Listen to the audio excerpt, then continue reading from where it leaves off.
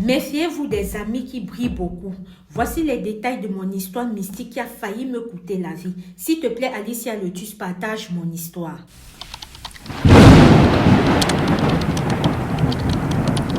Bonsoir Madame Alicia Lotus, j'espère que vous allez bien. Alors l'histoire que je vais raconter maintenant, c'est une histoire personnelle que j'ai vécue. Et je veux beaucoup sensibiliser la jeunesse, surtout les jeunes femmes, et puis les hommes aussi, pas qu'aux femmes. Méfiez-vous des amis qui brillent un peu trop et n'enviez personne. Parce que souvent on va voir des gens, tout va bien pour eux et tout, on envie, mais on ne sait pas vraiment ce qui se passe derrière. Et moi, on peut dire que c'est même ma maman qui m'a sauvée parce que bon, au point où j'avais commencé là, si c'est que ma maman n'était pas là, peut-être moi-même je partais ou bien j'entrais dans ça. Donc l'histoire date de cela il y a quelques années déjà, quand j'étais encore à l'université. Donc l'année là, je venais d'avoir mon bac et je devais aller à Yaoundé pour fréquenter.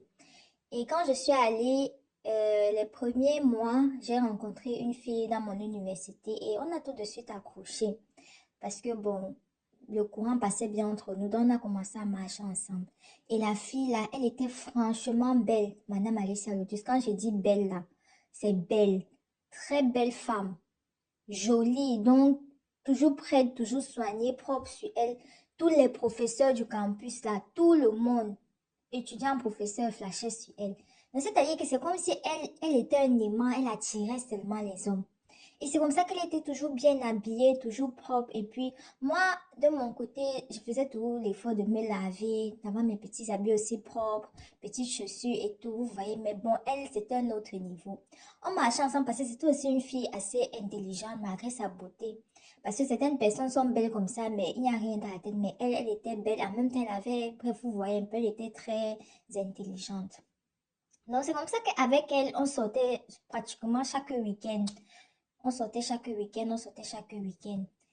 Donc, il y a donc un vendredi, elle m'a fait sortir, elle m'a amené dans un bar de la place, dans un quartier assez huppé, vous voyez un peu. Et elle m'a dit, bon, commande ce que tu veux, commandons, bref, elle m'a dit, elle a envie de boire un champagne. Elle m'a d'abord proposé commande ce que tu veux, et puis elle a dit, moi, j'ai envie de boire du champagne. Et dans le bar, là, c'est dans les quartiers de Bastos. Et une bouteille de champagne, Madame Alicia Lotus, c'est pas l'ami de quelqu'un.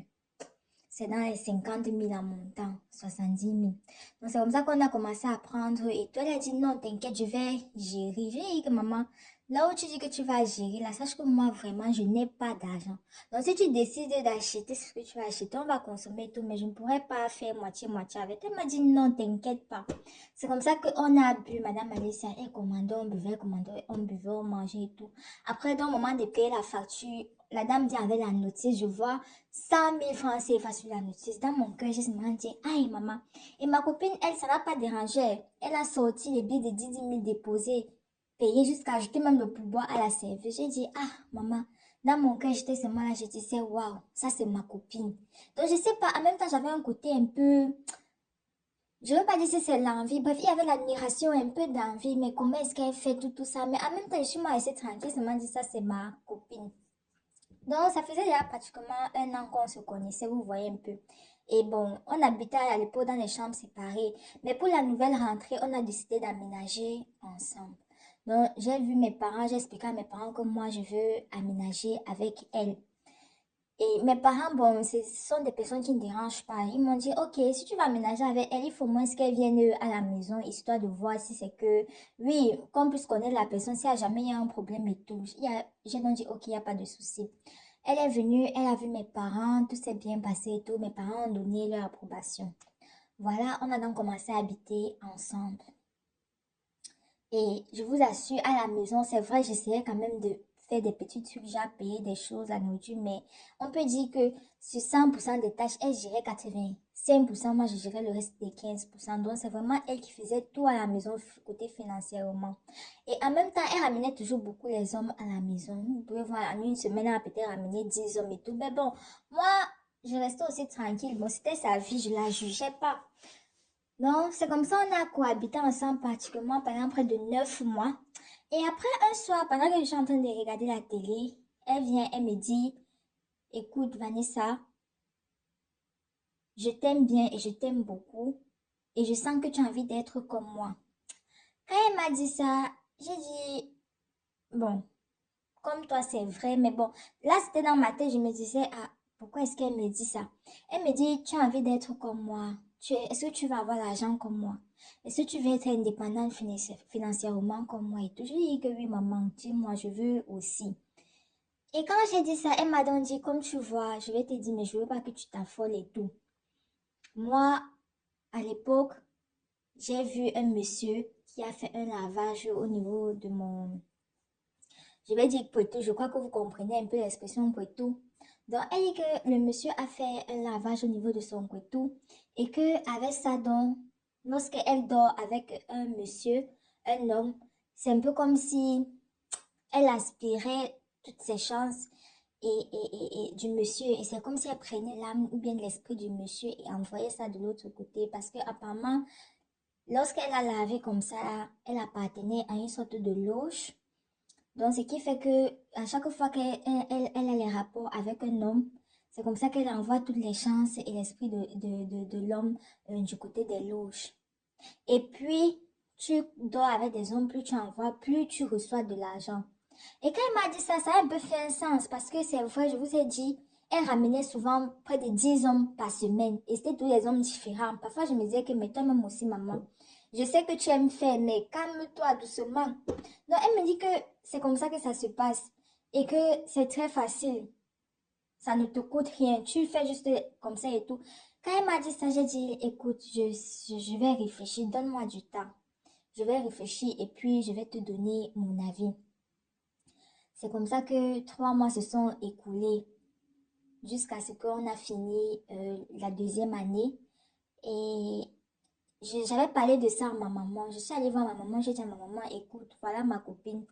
Elle est venue, on a eu telle conversation. Elle m'a dit, ma maman, elle a juste mis la main parce que je vous ai dit, mes parents sont des personnes, ils ne dérangent pas. Donc, quand j'ai parlé comme ça à ma maman a juste mis la main aux oreilles et elle m'a dit, écoute, Vanessa, cette fille, elle est déjà très avancée dans la sorcellerie. Que telle que tu me racontes, cette fille, elle n'est plus au même niveau que nous ici. Elle est très loin. Donc, si tu es sage, quitte de là, coupe tout contact, oublie. Et je ne veux plus jamais entendre parler de cette fille. Si tu vas aller faire autre chose, aller continuer, ce n'est que toi que ça regarde. Donc, ma maman m'a dit ça comme ça. Vous savez, ma maman, elle dérange pas, elle parle pas beaucoup. Mais ce jour-là, elle m'a parlé très durement. Et c'est même pas comme si elle me grondait. Elle m'a juste dit ces phrases-là, comme je vous ai dit. J'ai compris que, le tout, si je ne veux même pas jouer.